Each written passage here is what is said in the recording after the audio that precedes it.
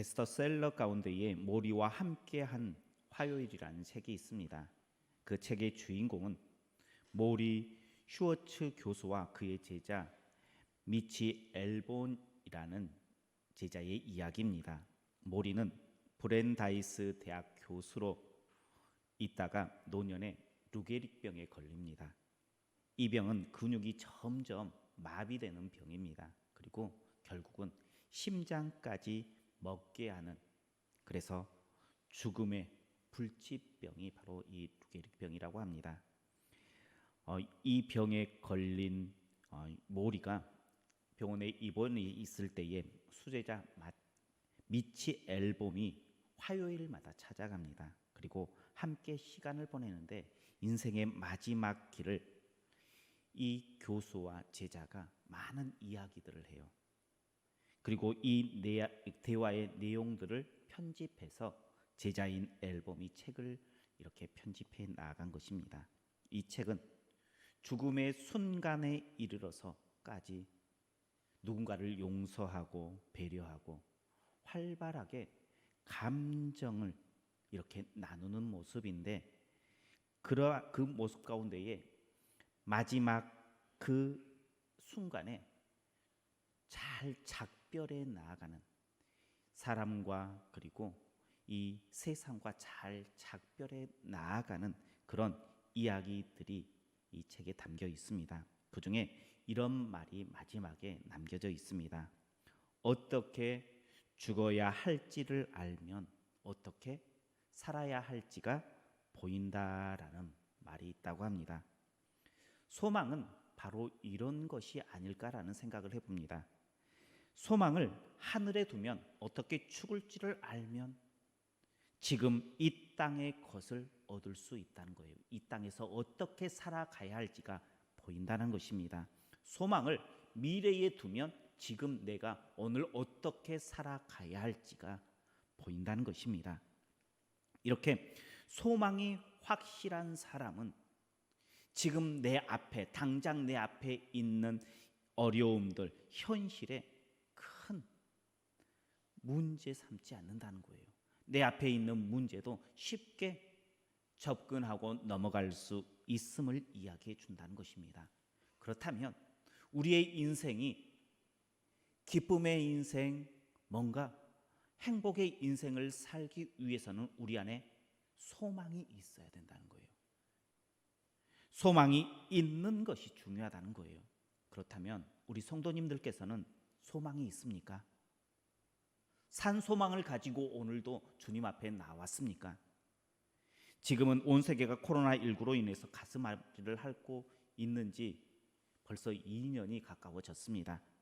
우리나라도 그거에 대한 많은 대책을 세웠습니다. 그리고 얼마 전에 위드 코로나를 선언했지만 다시 확진자가 급증하고 또 위중 환자들이 많아지면서 다시금 방역 체계를 정비하고 있습니다.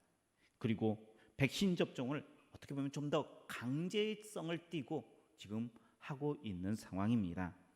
이런 시대에 살아가고 있는 우리 성도님들은 소망을 품고 있습니까? 이 시대에 우리는 어디에다 소망을 두어야 할까요? 이 세상 가운데 둬도 괜찮을까요? 우리의 소망은 어디에 두어야 할까요?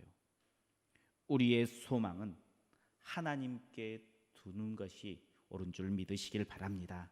나의 소망 오직 주님뿐입니다 라는 고백이 우리의 고백이 되어야 합니다. 우리 옆에 분들과 함께 인사하겠습니다. 우리의 소망은 하나님이십니다.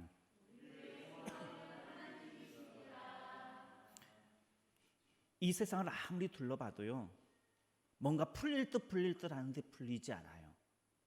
그러나 우리가 소망을 하나님께 두고 그 일들을 하나씩 헤쳐 나아간다면 우리 앞에 짙게 깔려있던 어두움은 금세 거치게 될 줄 믿으시길 바랍니다. 이 시대에 소망을 노래하는 것 쉽습니까? 어렵습니까? 쉽지 않습니다. 오늘 본문은 다윗이 노래하는 시입니다. 다윗 그러면 언제든지 소망을 노래할 수 있는 삶을 살지 않았을까라는 기대감을 갖습니다. 다윗은 소망을 노래하는 것이 당연한 것처럼 보입니다. 그런데 다윗도 인생에 캄캄한 때가 있었다는 거예요. 다윗이 사울 왕을 위해서 그리고 나라를 위해서 전쟁에 참여했습니다. 그리고 그 모든 전쟁 가운데 승리합니다. 그러자 사무엘상 18장 7절에 보면 이스라엘 여인들이 나와서 노래하는데 사울은 천천히요, 다윗은 만만이다라는 노래를 지어서 부릅니다. 이 노래가 사울의 귀까지 들립니다. 사울 왕은 이 노래를 듣고 다윗을 시기하는 마음이 생겨요. 그리고 그 시기하는 마음들이 점점 깊어져서 호심탐탐 다윗을 죽일 계획을 세웁니다. 그것들을 행동을 하나하나 옮겨 나아가는데 그것들이 심해지자 다윗이 도피 생활을 해요. 도망가요. 그때부터 다윗은 한 나라의 왕이 자기를 죽이려고 한다라는 것 때문에 언제 죽을지 모르는 그런 불안한 마음 가운데 하루하루를 살아가야 했어요. 어때요? 다윗이 소망이 있습니까? 없습니까? 다윗의 미래가 밝습니까? 어둡습니까? 이때에 다윗이라도 아무리 다윗이다 할지라도 소망을 노래할 수 있을까요? 없을까요? 만약에 우리 성도님이 그런 상황 가운데에 있다면 소망을 노래할 수 있겠습니까? 그럼에도 불구하고 다윗은 고백합니다. 오늘 본문의 말씀 다시 한번 말씀 보겠습니다. 주여, 이제 내가 무엇을 바라리요? 나의 소망은 주께 있나이다. 아멘. 다윗은 그럼에도 불구하고 소망을 노래하고 있는 것을 우리는 볼 수 있어야 돼요. 나의 소망은 주님께 있습니다. 고백합니다. 지금 우리는 어려운 시기를 겪고 있습니다. 그런 시대를 살아가고 있습니다. 우리 성도님들께서는 소망을 노래하고 있습니까? 그런데 많은 사람들은 지금 소망을 품지 못하고 있어요. 희망을 찾지 못하고 있어요. 그렇다고 본다면 우리의 지금 인생이 다윗의 인생과 비교해 보면 누구의 인생이 더 어두웠을까요? 지금 내 모습이 더 어둡습니까? 아니면 한 나라의 왕이 자기를 죽이려고 호신탐탐 노리고 군대를 동원하고 있는 그 상황이 더 어두울 것 같습니까? 어느 미래가 더 밝을 것 같아요? 우리는 그래도 다윗보다는 더 밝아요. 다윗보다는 더 희망이 있어요. 그런데 다윗은요, 그 어두움 가운데서도요, 희망을 노래하고 소망을 노래할 수 있었어요. 우리는 어때요? 지금 희망을 노래하고 소망을 노래하고 있습니까? 나의 소망 주님께 있습니다라고 고백하며 지금 살아가고 있습니까? 소망이 있다는 것은요, 기대한다는 거예요. 코로나19가 계속되는 이 시대에 우리 성도님들께서는 하나님께 무엇을 기대하고 있습니까? 기대는 하고 있긴 하고 있습니까? 많은 성도들이 처음에 코로나19가 터졌을 때는 하나님께 기대했어요. 소망을 품었어요. 뭔가 이루어 주실 것이라는 그런 마음들이 있었어요. 그런데 지금 2년 가까이의 시간들이 흘러가고 또 세상 사람들이 교회를 향해서 좋지 않은 눈을 뜨고 있는 이 시대에 우리 성도님들은 주님께 희망이 있다, 소망이 있다, 지금도 기대하고 있습니까? 어때요? 오늘 주님 앞에 나오기 위해서 예배를 준비해 나아가기 위해서 아침에 일어나서 씻고 준비하는 데에 내가 오늘 주님께 가면 어떤 은혜를 주실 것이야 라는 기대감으로 준비했습니까? 아니면 아무 생각 없이 그냥 오늘 주일이니까 옷을 입고 씻고 준비하고 나왔습니까? 주님 앞에 나오는 데에 설레임이 있었습니까? 없었습니까? 어때요? 우리는 어느 순간부터 주님을 향한 기대가 사라진 모습 가운데 신앙생활하고 있다는 거예요. 그런데 이렇게 기대 없이 신앙생활해도 괜찮을 건가요? 우리가 아무 생각 없이, 기대감 없이, 소망 없이 신앙생활 한다면 그 신앙생활은 그냥 시간 낭비일 뿐이에요. 아무런 소망이 없습니다. 우리는 다시금 잃어버린 소망을 찾아야 돼요. 다시 잃어버린 기대감을 찾아야 돼요. 그렇다면 우리가 어떤 기대를 다시 품어야 할까요? 어떤 기대감을 회복해야 할까요? 그래서 다윗이 고백했던 것처럼 나의 소망은 주님께 있습니다. 내가 주님을 바라보면서 기대합니다. 고백해야 되는 것이 무엇일까요? 먼저는 하나님의 은혜에 대한 기대를 우리는 회복해야 돼요. 오늘 예배 가운데 하나님께서 은혜 베풀어 주실 줄 믿고 기대하고 지금 예배 드리고 있습니까? 아니면 그냥 이 자리, 평상시의 습관대로 이 자리를 채우고 있습니까? 이전에 우리가 생각해 보아야 할 것은 나는 하나님의 은혜를 사모하고 있는가예요. 문제는 성도들이 하나님의 은혜에 대한 사모함이 사라졌다는 거예요. 그냥 예배 시간에 은혜를 받아야 된다라는 것, 그것은 둘째치고 내가 은혜 받아야 된다라는 그 마음들이 이제는 없어요. 많은 성도들의 은혜에 대한 기대가 없기 때문에 예배의 자리에 와도 은혜가 있는 그곳에 있다 할지라도 은혜를 잡지 못하고 돌아가는 경우가 많다는 거예요.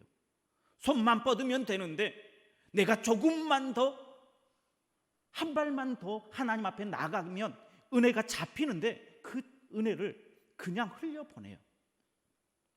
친구 중에 한 명이 군대에서 장교들의 테니스를 치는데 볼보이를 이렇게 했던 적이 있다라고 이야기를 했습니다.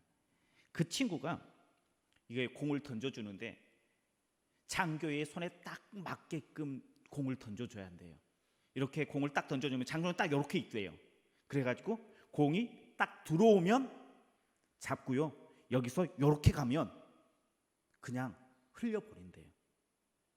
그러면 그 친구는 다시 공을 주어서 딱 그 손에, 가만히 있는 그 손에 딱 쥐어줘야 된다라고 했던 이야기가 생각이 납니다. 우리가 지금 하나님의 은혜를 어떻게 받으려고 하느냐, 딱 그 장교가 손을 내밀어서 손에 딱 들어주지 않으면 그래야지만 은혜를 받으려고만 생각한다는 거예요. 내가 조금만 움직이면 받을 수 있음에도 불구하고 흘려보내요. 왜 그럴까요? 간절함이 없어요. 사모함이 없어요. 만약에 내가 저 공을 받아야 된다, 내가 저 은혜를 받아야 된다라는 생각이 들면 어때요? 공이 저 머리 위로 넘어가도 손을 뻗쳐서 잡을 거예요. 그런데 그 기대감이 없어요. 그러니까는 은혜의 자리에 와도, 공이 날아와도, 은혜가 옆에 있어도 잡지 않는다라는 거예요. 사모함이 우리 가운데에 없으면 은혜의 자리에 있다 할지라도 그 은혜를 잡지 않는 모습이다라는 거예요. 하나님의 은혜에 대한 기대가 회복이 되어야 합니다. 그런데 우리 안에는 그런 절실함들이 많이 사라졌다는 거예요. 어떻게 해야 할까요? 하나님의 그 은혜, 절실함을 어떻게 가져야 할까요? 만약에 우리가 그 절실함을 우리 스스로 갖지 않는다면 하나님께서 그 절실함을 갖게 만들어요. 어떻게 갖게 만들까요? 우리의 것들을 꺾어서라도 갖게 만든다는 거예요. 우리가 계획한 일을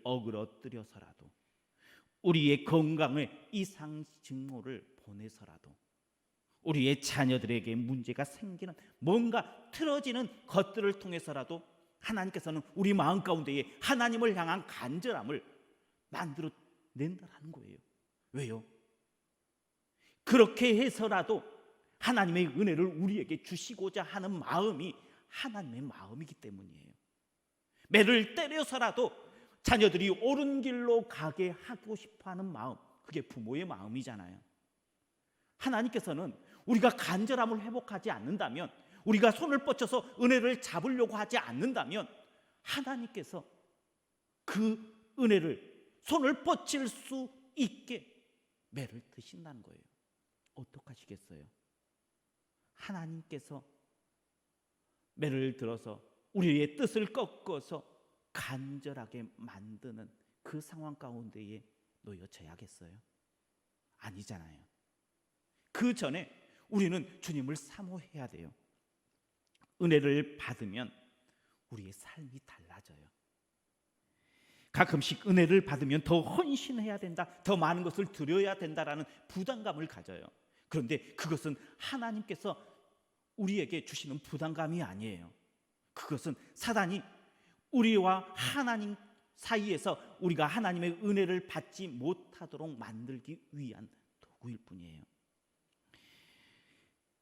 요셉의 이야기를 생각해 보면 은혜 받는 삶이 얼마나 귀한 삶인지 알 수가 있습니다. 창세기 29장 2절에 이렇게 말씀합니다. 여호와께서 요셉과 함께 하심으로 그가 형통한 자가 되어 그의 주인 애굽 사람의 집에 있으니 그의 주인이 여호와께서 그와 함께 하심을 보며 또 여호와께서 그의 범사에 형통하게 하심을 보았더라.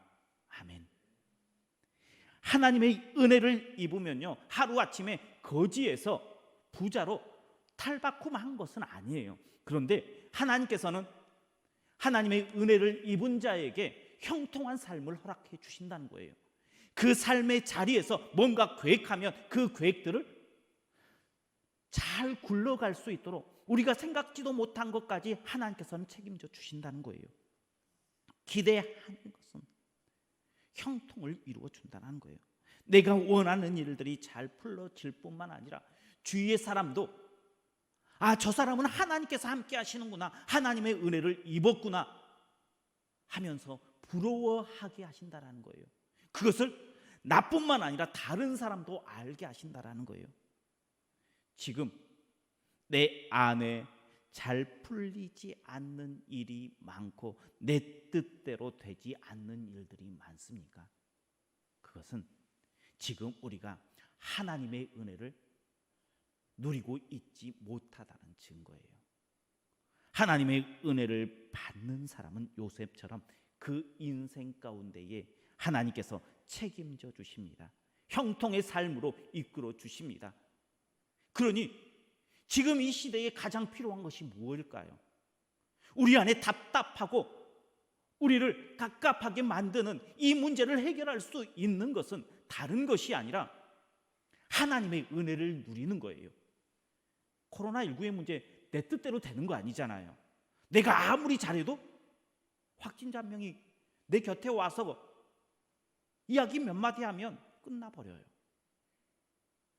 내가 어떻게 해서 되는 게 아니라 하나님의 전적인 은혜, 그 은혜가 있을 때에 우리는 이 시대에 희망을 노래하고 소망을 노래할 수 있는 줄 믿으시길 바랍니다. 이렇게 우리는 하나님을 향한 은혜에 대한 기대를 회복해야 돼요. 나는 이렇게 많이 하나님을 기대합니다라고 표현해야 돼요. 우리 성도님들께서는 하나님의 은혜를 사모함을 어떻게 표현하고 있어요? 먼저 와서 기도로 준비하면서 하나님, 나 이렇게 하나님의 은혜를 사모해요, 기대해요. 모르는 찬양이 있어도 앞에서 인도해도 내가 적극적으로 한번 참여해 보는 거예요. 토요일부터 하나님, 나 내일 가서 은혜 받아야 돼요 하면서 준비하는 거예요. 하나님을 향한 기대를 표현하는 거예요. 그렇게 기대를 표현하면 그 가운데 하나님께서는 은혜로 채워주실 줄 믿으시길 바랍니다. 이렇게 하나님을 향한 기대, 은혜 받을 기대를 채우십시오. 그러면 하나님께서는 반드시 채워 우리를 회복해 주실 줄 믿으시길 바랍니다. 두 번째, 우리가 기대해야 할 것은 바로 아기 예수님을 향한 은혜를 기대해야 돼요. 우리는 대림절을 보내고 있어요. 그런데 이 대림절 기간, 아기 예수님의 탄생을 기뻐하며 기대하며 기다리는 시간인데 기대하고 있습니까? 어때요? 기대해요? 아기 예수님의 탄생을 지금 기뻐할 준비가 되어 있습니까? 아니면 그냥 어느 성탄절이기 때문에 그냥 그렇게 생각하고 받아들이고 있습니까? 제가 어렸을 때에는 11월 말부터 성탄 전야를 준비해 나갔어요. 매일매일 나가서 때로는 찬양으로, 때로는 율동으로, 연극으로 준비해 나갔던 기억이 있습니다. 그때에 준비하면서 참 행복했던 기억이 있습니다. 물론 성탄절을 아기 예수님을 기대했다기보다는 성탄 전야의 행사를 기대했고 더 설레했는지 몰라요. 그런데 그때는 어쨌든 설레임이 있었어요. 기대가 있었어요. 아기 예수님이 오신 성탄절에 대한 기대가 있었다는 거예요. 그런데 어느 순간부터 그 기대와 설레임들이 점점 사라져 버렸던 거예요. 언제부턴가 그 기대감이 사라져 버린 이유가 뭘까요? 그때는 어렸고 지금은 이제 어른이 되었기 때문에 그 기대와 설레임이 사라진 걸까요? 그것 때문만은 아닌 것 같아요. 우리 안에 예수님이 아닌 다른 것이 채워졌기 때문이에요. 아기 예수님의 탄생보다 우리를 더 설레게 하는 것들이 우리 가운데에 존재하기 때문이에요. 아기 예수님보다요, 돈이 더 우리 마음을 설레게 할 때가 있어요. 아기 예수님의 탄생보다요, 명예가 우리를 더 설레게 할 때가 있어요.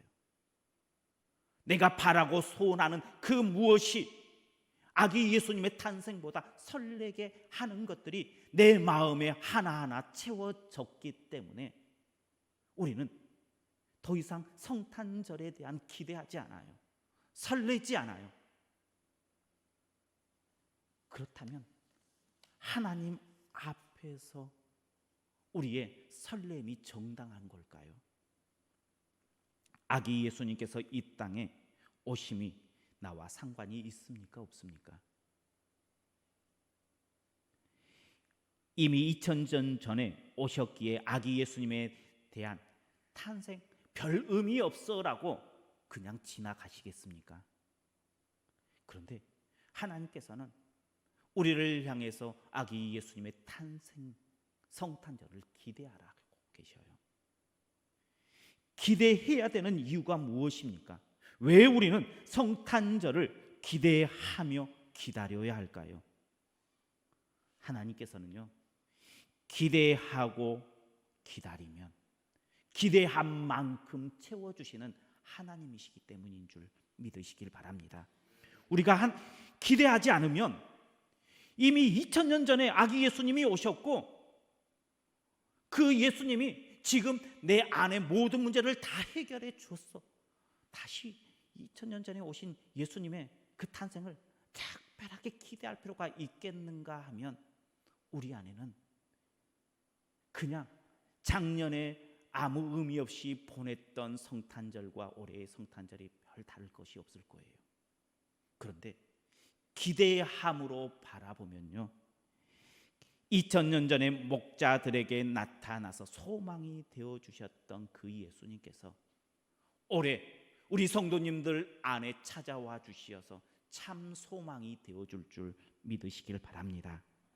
우리가 기대하면 아기 예수님께서 탄생하실 것을 기다리면 그리고 소망하면 우리 안에 그 소망한 만큼 은혜로 축복으로 채워주실 줄 믿으시길 바랍니다.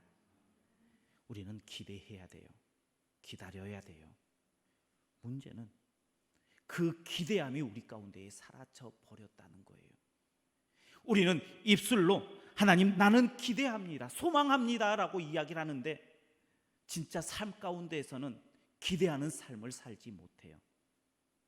내가 기대합니다 라고 고백했다면 이제 표현하십시오. 하나님, 나 이렇게 주님을 기대해요. 나 이렇게 지금 주님의 오실 것을 지금 준비하고 있어요. 기다리고 있어요 라고 하나님 앞에 표현해 보십시오. 그러면 2000년 전에 이스라엘에게 소망이 되어 주셨던 그 주님께서 우리 성도님들의 그 기대의 이상으로 찾아와 주시어서 참 소망이 되어 주실 줄 믿으시길 바랍니다. 우리에게 기대가 사라지면 아기 예수님을 만나지 못합니다. 진짜 예수님을 만나지 못해요. 과거의 예수님을 만날 뿐이에요. 우리는 오늘을 살고 있어요. 앞으로를 살 거예요. 과거에 2000년 전에 오셨던 그 예수님을 그냥 흘려보낼 거예요? 아니면 오늘 현재의 나에게 찾아오신 주님을 만날 것입니까? 오늘 우리 성도님들이 기대를 회복하십시오. 그리고 표현하십시오. 내가 당신을 이렇게 기다립니다. 기대합니다. 고백해 보십시오. 표현하고 기대할 때에 하나님께서는 반드시 채우십니다. 다시 하나님을 향한 기대를 회복하십시오. 아기 예수님의 탄생을 기대하십시오. 그렇게 하면 감동 2021년 얼마 남지 않았지만 그리고 성탄절 가운데에 하나님께서는 반드시 우리 가운데에 그 기대를 채우시는 놀라운 은혜를 누리게 될 줄 믿으시길 바랍니다. 그럴 때 소망이 있는 거예요. 지금 이 세상을 보면 우리는 소망이 없어요. 다윗이 왜 그 어려운 상황 가운데에서도 소망을 노래할 수 있었느냐? 세상을 본 것이 아니라 지금 내 모습을 본 것이 아니라 주님을 바라본 거예요. 기대한 거예요. 우리 성도님들께서도 다윗처럼 내게는 이제 주님밖에 소망이 없습니다 고백하며 주님께 기대하고 소망을 걸 때에 채우시는 축복을 온전히 누리는 우리 성도님들 다 되시기를 축복합니다. 기도하겠습니다. 참 좋으신 하나님 감사합니다. 하나님께서는 우리의 참 소망이 되어 주시는 줄 믿습니다. 이제 우리가 주님께서 주실 그 은혜를 기대하고 소망하게 하시고 아기 예수님의 탄생을 기대하며 소망하고 또한 그 기대감을 삶에서 신앙의 모습으로 표현하여 하나님께서 채워주실 것을 바라보며 기대하는 우리 믿음의 백성들 다 될 수 있게 하여 주옵소서. 그래서 감동 2021년 남아있는 이 시간 하나님의 채우심을 맛보게 하시고 다가올 성탄절에 아기 예수님께서 이스라엘의 참 소망이 되어 주셨듯이 우리의 참 소망이 되어 주심을 기대하며 주님을 바라보는 우리 믿음의 백성이 되게 하시고 우리 교회가 되게 하여 주옵소서. 예수님 이름으로 기도하옵나이다. 아멘.